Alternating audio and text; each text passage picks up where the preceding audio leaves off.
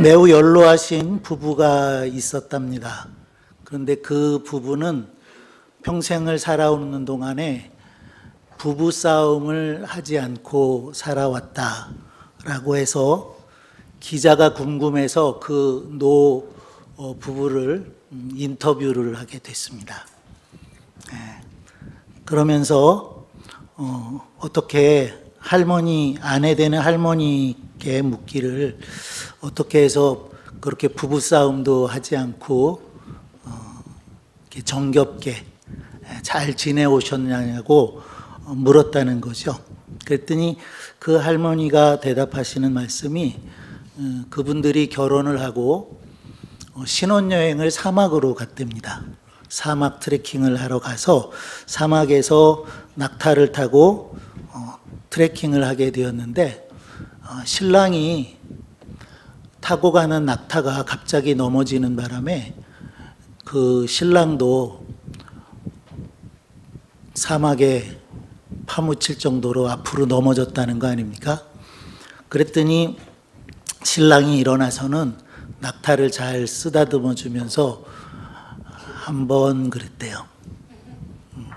그리고 다시 낙타를 타고 또 가는데 또 넘어졌어요. 신랑이 탄 낙타가 넘어져서 신랑이 다시 한번 모래를 털고 일어나면서 낙타에게 하는 말이 2번 그랬대요. 그리고 이제는 조심해서 안 넘어지고 잘 가려고 그러는데 또 3번째 또 넘어졌대요. 그래서 모래에 넘어졌던 그 신랑이 가지고 있던 총으로 낙타를 쏴서 죽여버리고 말았다는 거죠. 실화가 아닐 거예요, 이게는. 그렇게 됐는데 이제 아내 되는 할머니가 그 왜 아무리 짐승이라도 그렇지 짐승을 총으로 쏴서 죽이냐 그랬다는 거거든요. 그랬더니 신랑이 할머니를 보면서 한번 그랬대요.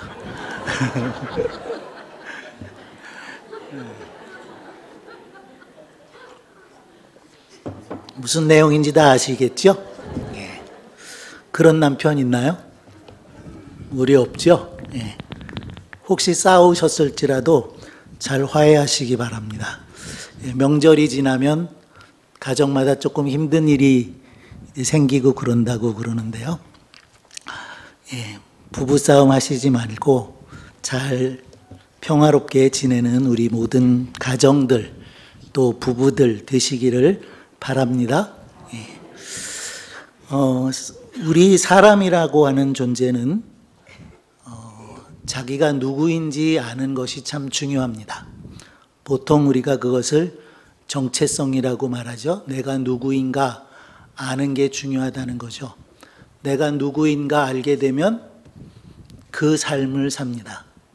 그런데 우리가 내가 누구냐 하는 정체성을 가지기 위해서는 하나님이 누구신지 알아야 우리가 내가 누구인지 알게 된다는 거죠. 사람이라고 하는 우리말, 순수한 우리말이죠. 사람, 2 단어가 묶여서 사람이 됐어요. 혹시 기억하세요? 첫 글자는 삶이에요. 삶. 2번째 글자는 알입니다. 암. 조금 어려워요. 그죠? 발음하기. 삶과 알이 만나서 사람이 됐다는 거죠. 그럴듯해요. 정말 그것이 옳은지는 모르겠지만은 삶 그리고 암. 그렇죠? 삶암 하다가 사람이 됐다는 거예요. 그러니까 사람이라고 하는 존재는 순수한 우리말로 풀어본다면 인생을 아는 존재다. 그렇게 말할 수 있죠. 우리가 살아가는 이 삶이 무엇인지 삶의 의미를 알고 있는 존재가 바로 사람이라는 거야. 우리가 살아가는 인생의 목적이 무엇인지 아는 존재가 사람이라는 거죠. 그런데 우리가 정말 사람으로서 살아가는 그 삶 가운데서 하나님이 누구신지 만나게 될 때 우리가 어떤 삶을 살아가야 되는지 그 삶의 분명한 목적과 그 삶을 어떻게 살아가야 되는 건지 답을 얻게 된다는 것입니다. 이제 그런 면에서 생각을 해보면 몇 가지 우리가 생각해 볼 것들이 있는데요. 오늘도 우리가 신앙 고백을 했듯이 태초에 하나님이 천지를 창조하시니라 하고 하나님을 창조주로 우리가 고백하게 될 때 하나님은 하늘과 땅과 그 가운데 모든 것을 만드신 분이다 라고 우리가 알게 될 때 우리가 누구라고 고백하게 되죠? 우리는 지음받은 존재입니다. 피조물입니다. 하나님께로부터 하나님의 형상대로 하나님의 모양을 따라서 우리는 지음받았습니다. 그렇게 얘기할 수 있는 거죠. 자, 그렇다고 할 때 지음받은 존재는 무엇을 위해서 살아가는 것일까요? 자기를 위해서 살아가지 않는다는 거죠. 모든 지어진 것들, 피조물은 피조물 자신을 위해서 존재하는 것이 아니다라는 말씀입니다. 그럼 누구를 위해서 존재해요? 우리를 만드신 창조주이신 하나님을 위해서 산다라고 하는 것입니다. 자, 그렇게 할 때 우리의 인생의 목적을 정의해 놓은 것이 있죠. 인생의 목적이 무엇입니까? 라고 물을 때에 뭐라고 대답하나요? 하나님을 영화롭게 하고 영원토록 그를 즐거워하는 것입니다. 그렇게 우리가 정의하고 있는데 우리가 피조물이기 때문에 우리 자신을 위해서 살지 않는다는 거예요. 우리를 만드신 그분이 우리를 왜 만드셨나? 우리에게 어떤 인생을 살도록 지으셨나 하는 것을 알게 된다는 거죠. 자기를 위함이 아니라는 거예요. 피조물은 자기를 위함이 아니다. 그래서 성경에 보면 하나님을 토기장이로 비유하고, 그건 비유죠. 비유하고 우리는 그 주님의 손 안에 있는 진흙덩이라고 말씀하시면서 토기장이가 자기 마음대로 그 진흙덩이를 어떤 것으로 만들든지 그 권한이 없겠느냐 그러세요. 권한이 있다는 거죠. 창조주이신 하나님은 하나님께서 원하시는 혹은 계획하시는 뜻하시는 대로 우리들을 지으신다는 거예요. 그래서 잠언 16장에 보면 그랬죠. 온갖 것을 그 쓰임에 적당하게 지으셨나니 악인도 악한 날에 적당하게 지으셨다. 거기 적당은 딱 맞는다는 얘기예요. 요즘은 적당히 그냥 조금 의미가 다르죠. 적당히 만든다는 의미가 다른데 하나님은 온갖 것을 그 쓰임에 목적이라고 할 수 있죠. 혹은 용도라고 할 수 있는데 그 쓰임에 적당하게 만드는데 심지어는 악한 사람도 악한 날에 쓰시려고 하나님께서 그렇게 지으셨다라고 말씀하고 있는 것 보게 됩니다. 그러므로 우리가 창조주 하나님을 신앙으로 고백하게 될 때에 나의 어떤 성공이나 출세나 영광을 구하는 것이 아니라는 거예요. 우리는 하나님의 영광을 구하면서 살아가도록 지음받았다. 그렇기 때문에 지음받은 우리는 지으신 하나님, 왜 하나님이 우리를 지으셨나? 왜 하나님이 인생을 우리에게 허락하여 주셔서 이 인생을 살아가도록 하셨나? 라고 하는 것을 알고 깨닫고 살아가야 한다라는 것이고요. 두 번째로 보면 하나님은 성경 속에 또 왕으로 설명되고 있는 모습을 볼 수 있죠. 하나님이 왕이시면 우리는 뭐가 되는 걸까요? 신하라고 그럴까요? 그래서 왕이신, 만왕의 왕이신 하나님을 섬기면서 살아갈 때 우리는 그 신하되어서 왕을 받들면서 왕의 명령을 따라 섬기는 그런 삶을 살아가야 한다라는 것이고요. 세 번째로는 주인입니다. 성경에 그리고 예수님의 비유 속에서도 하나님은 곧잘 주인으로 설명되고 있고요. 이야기되고 있고요. 우리들은 누구라고 얘기할 수 있나요? 하나님이 우리의 주인이시면 우리는 그분의 종이죠. 그래서 종에게 요구되는 삶은 어떤 삶입니까? 종은 마땅히 주인에게 충성하는 그런 삶을 살아야 되죠. 그리고 여러 가지로 더 말씀드릴 수가 있겠는데, 하나님이 선생님이시라면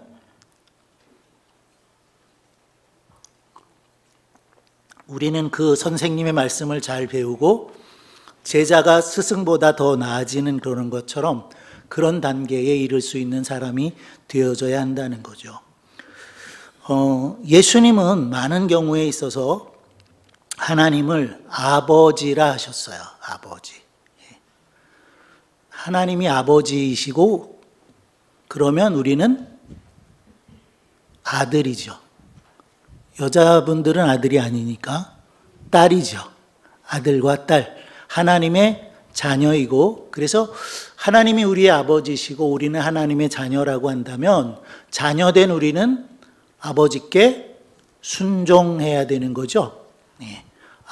아버지를 높여드리고 그런 삶을 살아가야 하는 것이라고 우리가 알 수 있는 거예요. 그렇게 하나님을 창조주로 혹은 왕으로, 아버지로, 주인으로, 또 선생님으로, 또 다른 것으로 우리가 하나님은 이런 분이시구나 라고 할 때에 우리는 하나님의 하나님 되심을 깨닫고 내가 어떠한 삶을 살아야 되는지 알게 되고 그 방향으로 우리의 인생을 걸어가는 것이라고 믿는다는 겁니다. 그런 내용들을 조금 말씀 속에서 살펴보려고 하는데요. 예수님께서 제자들에게 기도를 가르쳤죠. 하늘에 계신 우리 아버지요. 그렇게 시작하라고 가르쳐 주셨어요. 예수님은 많은 곳에서 하나님을 아버지라고 하셨고요. 제자들이 하나님 아버지 좀 보여주세요. 그런 요청을 했을 때에 예수님은 나를 본 자는 아버지를 본 거다라고까지 말씀하시는 것을 우리가 볼 수가 있습니다.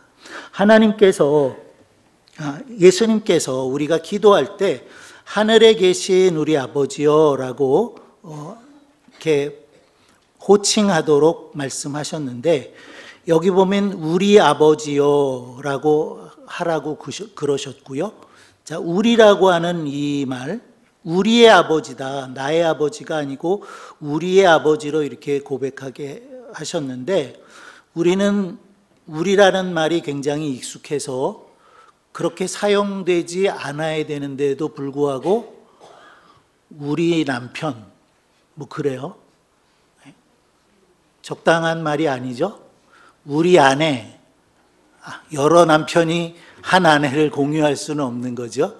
정확하게 사용한다면 내 아내, 내 남편 그래야 되는데 우리라는 표현을 우리가 쓴다는 겁니다.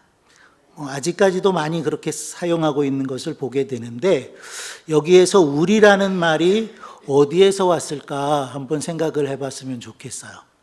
자, 우리라는 말은 순수한 우리말이에요. 좀 그렇네요, 그죠?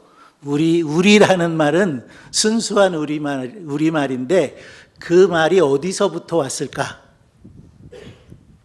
여러 가지 얘기가 있을 수 있는데 우리가 보통 많이 얘기하기는 돼지우리 이런 거 얘기하죠. 울타리라는 거예요.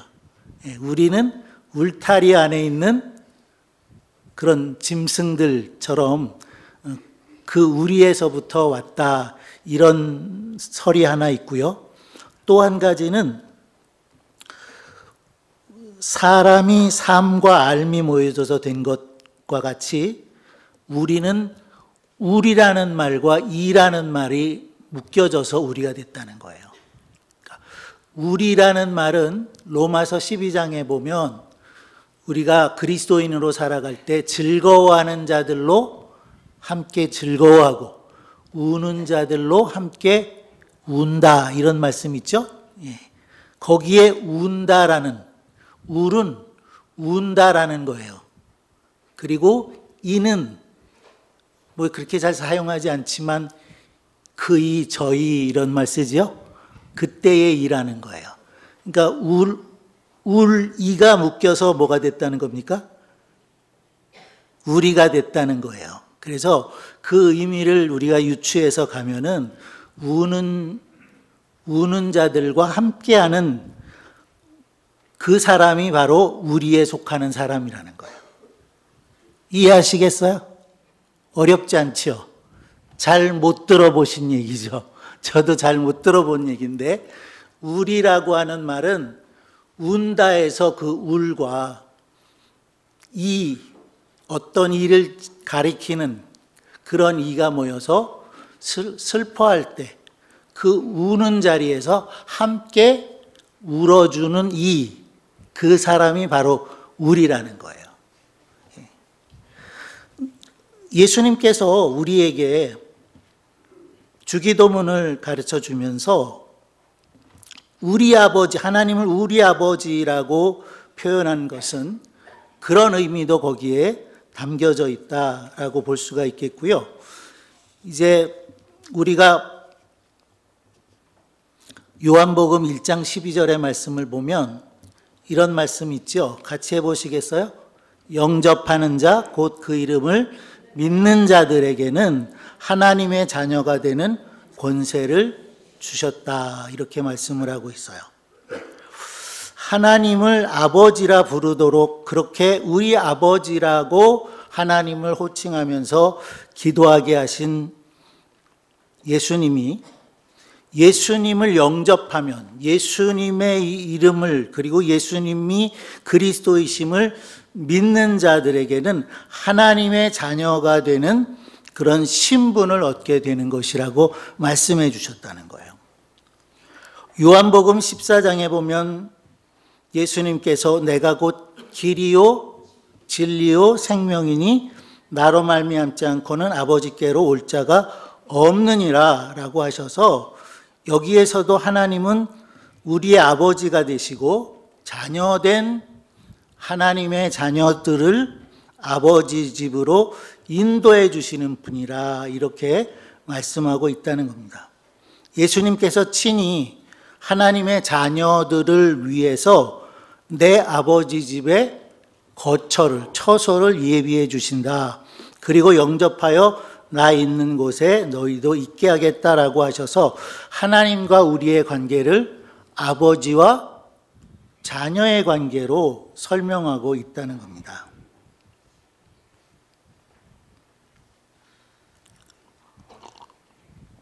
그 하나님께서 아담과 하와를 짝지어 주셔서 가정을 이루게 해주셨고요. 또 오순절에는 마가의 다락방에 성령을 보내주셔서 성령 강림 사건을 통해서 교회를 이루게 해 주셨어요. 그리고 우리가 어떻게 이 세상에 존재하게 되는지 말씀해 주시는 그 내용들을 우리가 마태복음 1장과 누가복음 3장에서 볼 수 있는데요. 거기에는 족보가 기록되어져 있죠. 마태복음 1장 1절 같이 가능할까요?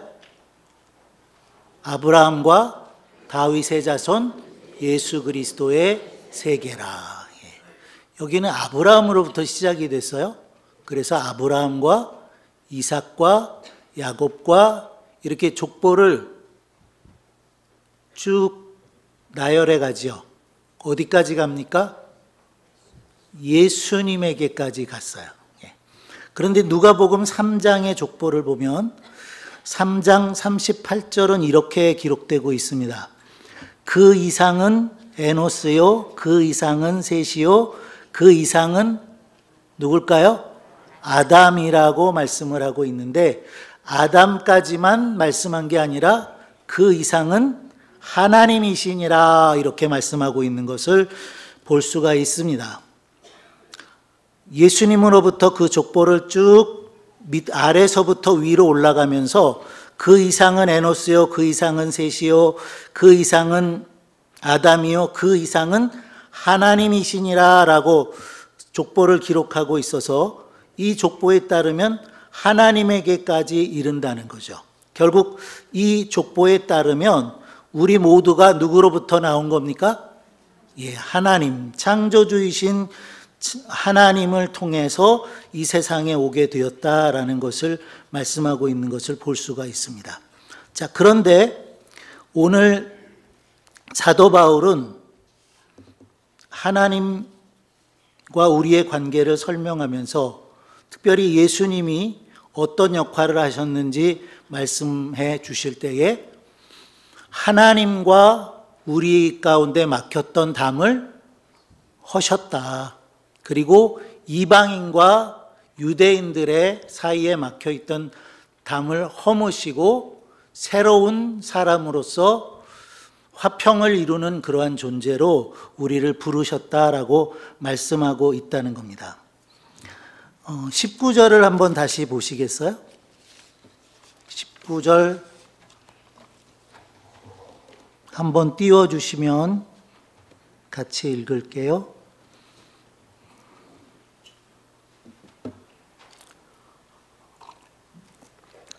에베소서 2장 19절입니다. 함께 읽어볼게요. 그러므로 이제부터 너희가 죄인도 아니요 손도 아니요 오직 성도들과 동일한 시민이요 하나님의 권속이라. 아멘. 오늘 설교 제목이 하나님의 권속이에요. 권속이라는 말은 우리가 자주 쓰는 말은 아니죠.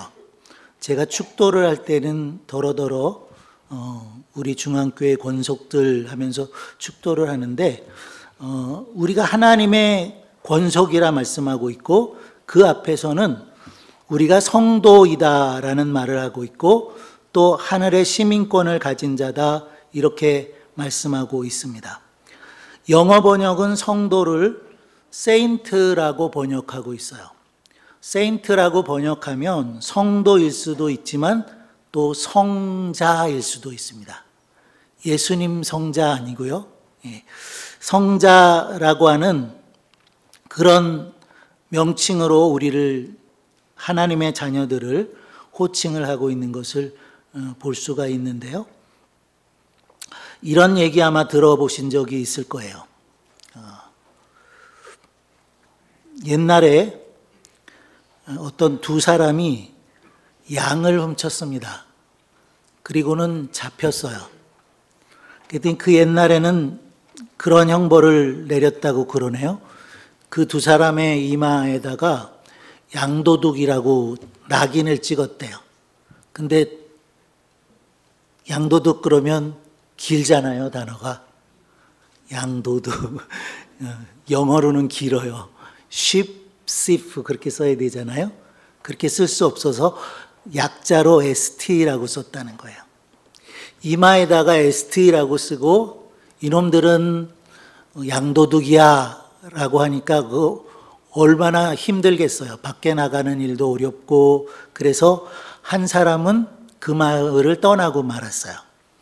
그런데 한 사람은 그 마을에 계속 살면서 자기가 이전에 양을 훔쳤던 거에 대해서 후회하고 회개하고 그리고 새로운 삶, 정직하고 성실한 삶을 살려고 무진 애를 썼다는 거 아닙니까? 그렇게 오래도록 그 마을에서 늙어갔는데 어느 날 한 어린아이와 아버지가 손을 잡고 길을 가다가 그분을 만났어요. 누구죠? 양도둑. 양도둑을 만났는데 아이가 물어요. 아빠, 저분은 왜 이마에 ST라고 써 있어요? 라고 묻지요. 그랬더니 아버지가 하는 말이 저분은 신앙도 좋고 기도도 열심히 하고 착한 일도 많이 하고 그래서 성자라고. 그 세인트의 약자를 그 이마에 새겨놨단다 그랬다는 거예요. 예. 처음에는 뭐였어요? 양도둑이었어요. 근데 나중에는 성자라고 일컬어지는 그런 사람이 됐다라는 거죠. 오늘 말씀 속에 꼭 그런 얘기가 있어요. 오늘 짤막하지만 우리가 예수 그리스도를 믿어서 예수 그리스도의 흘린 피로 말미암아 성도가 되었다. 예. 우리가 하나님의 거룩한 백성이 되었다는 거죠. 그리고 우리의 시민권은 이 땅에 있는 것이 하늘에 있는 것이기 때문에 위의 것을 추구하라고 성경은 우리에게 말씀하고 있는 것을 볼 수가 있습니다. 그리고 우리가 하나님의 권속이라 그랬는데 권속이라는 말은 가족을 뜻하는 말입니다. 그래서 그 뜻은 한 집에 딸린 식구들을 말하고 있는데 결국 우리는 하나님의 가족이라는 거죠. 가족이 얼마나 좋아요? 그래서 명절에 길이 그렇게 복잡한데도 불구하고 가족들을 만나러 다 다녀오셨지요? 다들 잘들 계시던가요? 예. 근데 오늘 하나님의 말씀은 우리들이 다 하나님의 가족이다라고 말씀하고 있다는 거죠. 옆에 분하고 한번 고백해 보시겠어요? 우리는 하나님의 가족입니다. 예.